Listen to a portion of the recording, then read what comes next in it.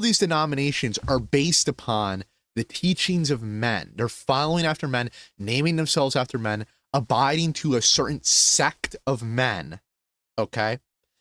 And they divide themselves off from other groups and say, well, we're following after this man or these men and not these other men. But we're not supposed to be following men, right? If I seek to please men, I would not be the servant of God, right? We are not seeking to please men. We are seeking to please God. If you're following any of these denominations, whether you're Baptist, you're Orthodox, you're Catholic, you're Protestant, like the 10 million Protestant denominations, even if you're non-denominational, because I hate to break it to you, but the non-denominational churches are all part of denominations, and they're all following the teachings and doctrines of men. Okay, like your average non-denominational church is either going to be Baptist or it's going to be Pentecostal, right? One or the other. And really, I mean, you could argue that Pentecostals are Baptists. They're a type of Baptist.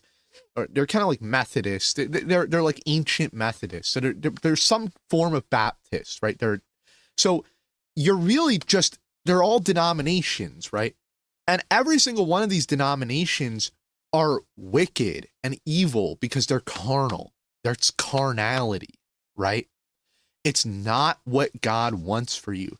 God does not want you to be a part of a denomination following after the Baptists. So we're like John the Baptist. I'm a Baptist, guys. I'm with the baptizers.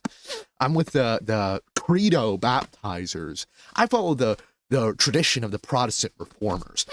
I follow the traditions of the fathers. You know, the Pharisees followed the traditions of the fathers. Jesus said, why do you transgress the commandments of God with your tradition? We're not supposed to follow the traditions of men. We're supposed to follow God.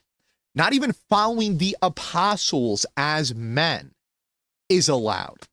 Paul was an apostle, a prophet, who saw the risen Christ, who was able to perform miracles